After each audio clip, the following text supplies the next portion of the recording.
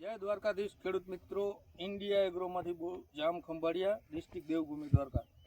તો આજે ખેડૂત મિત્રો બટેકાના ફિલ્ડ ઉપર હું આવેલો છું અને જે લગભગ અમારા તાલુકામાં જોઈએ કે ધરમપુરની જોઈએ તો બહુ મોટા કસ્ટમર કે બટેટાનું લગભગ 250 બાચકાનું વાવેતર છે અને બહુ જૂના અને જાણીતા છે કે લગભગ અમારાથી પણ આગળ કહી શકાય તો એ વાવેતર કરતા બટેટાનો એવા ખેડૂતને આજે હું મુલાકાતે આવ્યો છું. તો એ ખેડૂતને આપણે પૂછીએ કે ભાઈ છેલ્લા 10 વર્ષની અંદર જે બટેકા તમે જોવો છો અને આ વર્ષે તમને શું લાગે, તો તમે છેલ્લા 5-10 વર્ષ ત્યાં જોવો તો એમાં બટેકા આ વર્ષે કેવા લાગે છે?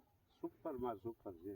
આપણે ગયા વર્ષે જે આ સમયગાળામાં આપણે વલને જોતા તો એનાથી આમ સારા લાગે કે વરના હોય એવું જ લાગે? એનાથી ચડિયાતા હે કરવાથી.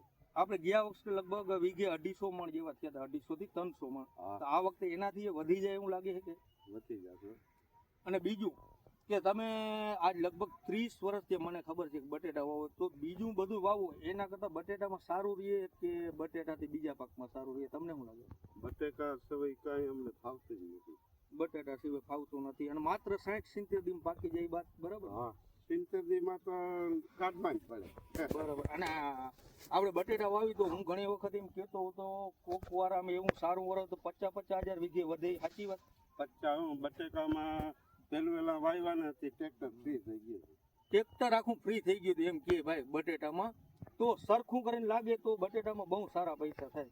હા, અને બહુ ના થાય તોય આપણે બીજા મોલમાં કમાય એથી તો વધારે જ કમાય, ડબલ કમાય. અને મજૂરી કેવી લાગે, બહુ કે આ બધા પાકમાં હોય એટલું જ? મજૂરી તો બટેકામાં થોડીક લાગે પણ એ પૈસા આવતા હોય કાંઈ ખબર ના પડે. હા, પૈસા આવે એટલે ભાઈ કઈ ખબર ના પડે, પણ ટૂંકમાં આપણે જે પેલા ધોઈને કરતા એનાથી જો ભાઈ ખેડૂત મિત્રો આ સાચી વાત કરી કે ભાઈ પૈસા આવતા હોય તો કઈ ખબર ના પડે, મજૂરી થોડીક પડે, પણ હવે તો ટ્રેક્ટર થી આવી ગયા એટલે એ એક આપણે થઈ ગયું ને, એ મોટામાં મોટો લાભ થઈ ગયો. એટલે એમાં હું ઘણી વખત તમારા જેવા વ્યક્તિ કહીએ તો ખરેખર ખેડૂતને સાચું લાગે કે બટેટામાં સારું છે ને એમ.